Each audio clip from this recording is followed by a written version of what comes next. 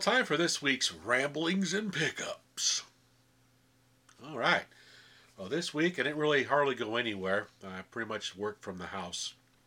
Get caught up from being on vacation last week. I was able to do some retro game hunting. Found a few things, not a whole lot, but I'll get to that here pretty soon. One of the things I want to mention this week, I forgot to mention last week's video, was I recently appeared on the Antic Podcast. It's a Atari 8-bit podcast that's done by Randy Kadig and a couple other guys. I forgot their names. I'm so sorry, guys. They're part of the Throwback Network. It's the same network I'm on as well with the ColecoVision's podcast. So I talked to them briefly about my history with the Atari 8-bit, some of the games I've made on the system. I actually had a game I was gonna send in to be published, but by the time I got around to it, it was 84. I got my car, and once I got my car, I was like, had no interest in games anymore. It was all about cars and girls. So I never did get the game submitted, but it was pretty cool. I've actually thought about rewriting the game, and since I can't find my original discs or anything, and maybe put it out there on the internet somewhere or something like that. Anyway, did that. Also, I picked up a Sega Game Gear capacitor kit. Got it from Amazon.com. And this replaces all the capacitors inside of the Sega Game Gear. And if you watched my last pickup video, my Sega Game Gear has a nice black screen. Unless you hold it at an angle like this. You can turn the contrast up and down. It don't do anything. This capacitor kit will fix that. It'll also fix the sound. The sound is a little tinny. So, won't turn off. There we go. I got that little project to do among some other things. I've been working on a ColecoVision that was sent to me. I actually got two ColecoVisions sent to me from my co-hosts from the Klickvision's podcast. First one he sent me, all was wrong with it. It was the power switch was dirty. Common issue with these older consoles. Cleaned it up. Worked just fine. The second one, though, it actually had one of the video RAM chips popped. You can see a picture right there. So that's going to require replacing those RAM chips. So it was a perfect opportunity to use the upgrade from Console5.com, where you replace the existing RAM chips with 5-volt RAM chips. So you no longer need that 12-volt rail or that minus 5-volt rail in the ColecoVision anymore for the memory chips. It's a fairly involved mod. It's not really hard to do. It's a lot of soldering. You got to be careful what you're doing. So it'll actually let the Coleco run cooler because it does have all those weird voltages running around inside of it and those chips. So I'll get that done. I'll have a video of that modification. Speaking of videos, this week I did post a video for Arcade USA on a very obscure arcade game called Moon Alien. This one's Moon Alien Part 2. Pretty neat game to play. I kind of like it. It's actually a hack of the Galaxian the game code that Nichibuchu did. But it's got some elements to it that I like the steerable shots and a little energy bar at the very bottom. It's really cool. Another video I posted this week was how to build yourself a Atari 2600 paddle controller for your Wii. On my Wii, I've got it hacked to where I can play emulators on it, like the television emulator. I got a Atari 2600 emulator on there. And I like playing Kaboom and Warlords and Breakout and all that kind of stuff, but I didn't like using the analog thumbstick on the nunchuck. So I took a nunchuck apart and just adapted it into an Atari 2600 pedal. It works really well. So if you want to see how that was done, you can click on the links below to that video if you want to make one yourself. It's not hard to do. Just be careful when you're soldering. Don't burn yourself, stuff like that. So, pretty neat mod to do. A lot of fun to play when you have actual paddle controller. Now let's get to the pickups. First game I picked up, and looking for this for a long time, was Mr. Do for my Game Boy system. Now I really like Mr. Do in the arcade. I used to play it a lot when I saw it in the arcades back then. I played a lot on my little Arcade USA barcade I built, and I'll play it on the emulators as well. Probably the best home version of Mr. Do is probably the one on the Super Nintendo. I used to have that. It's actually really good. The next best one I think is this one right here. Has a lot of the neat music in there. The gameplay's really, really tight. It's a lot of fun to play. So I would say, give this game a try if you haven't tried it before.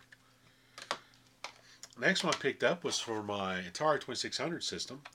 I picked up Infiltrate. Pretty interesting game by Apollo. Basically, you're trying to get to the top floor using these elevators and avoid these critters running around to pick up. I don't know what it's supposed to be. It's a line at the top you have to pick up. And then once you pick that line up, one appears at the bottom. So you go all the way down to the bottom and pick that line up. It's kind of fun. It's not too bad. I guess I need to read the manual to figure out what exactly you're doing in this game. And then I also found myself an action replay cartridge for my Sega Saturn. Now what's neat about this cartridge here is it does have the 4 meg memory card in here. It also allows you to do cheat codes like the Game Shark, stuff like that. But this cartridge will allow you to play any import Saturn game on any Saturn. So my US console, I can get a game from Japan or whatever and stick it in the console and play it. None of these swap tricks or anything like that. Just plug this cartridge in, play your import games. So now that I got this, I'm going to start looking at some Japanese import games to get for my Sega Saturn. I'd like to get Radiant Silvergun, but I don't know. That's a pretty expensive game. I did find some ColecoVision games for my collection. First one I picked up for my ColecoVision was Fortune Builder. It's kind of like a SimCity game for the ColecoVision. You have to build roads and apartments and parks, and you have to manage your taxes and your expenditures and trying to make money, stuff like that. So it's kind of like a early SimCity for the ColecoVision. Haven't played it a whole lot, but it's pretty interesting. The next one I got a hold of this week is another game I've been looking for my ColecoVision, is Zenji by Activision. It's a really fun puzzle game. Basically, you have a little robot guy. I'm going to call him a robot because I haven't read the instructions yet. And you have to run around in this maze and rotate the pieces around to get all the pathways to connect up in green in order to advance the levels. It's a really neat game. Now, these two games here, I did not find these in the wild. I actually found these online on Atari Age. There's a user on there by the name of Mumbai, M-U-M-B-A-I, that is selling a bunch of ColecoVision games on there at really good prices. I'll put a link to the thread in the show notes down there. That's where I got these two carts. I mean, they look brand new. They work perfectly. He's a long-time user on Atari Age, so if you're looking for some ColecoVision games, I recommend you contact him and see about me buying some off of him. Really nice person. But I did pick up some other ColecoVision games this week. I'm not going to show a gameplay video because I've shown these before. But basically what I like about these is these are the CBS Electronics ColecoVision cartridges. I like how the cases are designed on these things. They're really cool. Very unique design. It's kind of neat. These I'm actually going to take with me out to CGE in Las Vegas for people to play. So I'll have some ColecoVision games out there for people to try out.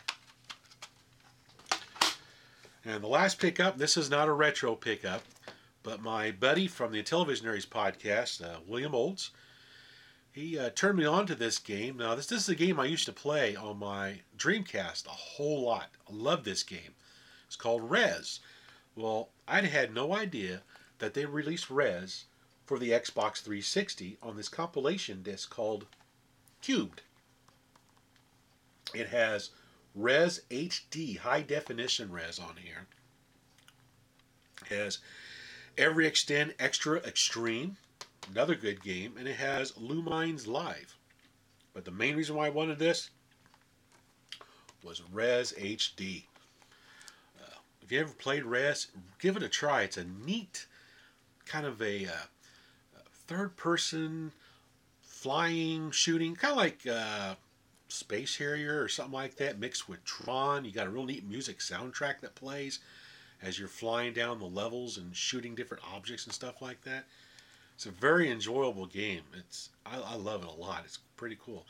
This is the HD version running right here on my 360. Really cool game. Can't say enough about it. These are becoming hard to find. GameStop has them, and they're $4 a piece. So right now they're basically blowing them out. They're $4, so it's definitely worth $4 to get Res HD on here. Well, that's all the pickups for this week. Next week I'll be heading up to Canada, do some work up there. I want to see if I can find a couple of retro game stores to go visit while I'm in the area, if I have time. And hopefully I'll have some neat Canadian pickups for next weekend. So that's pretty much it for this week. Thanks for watching.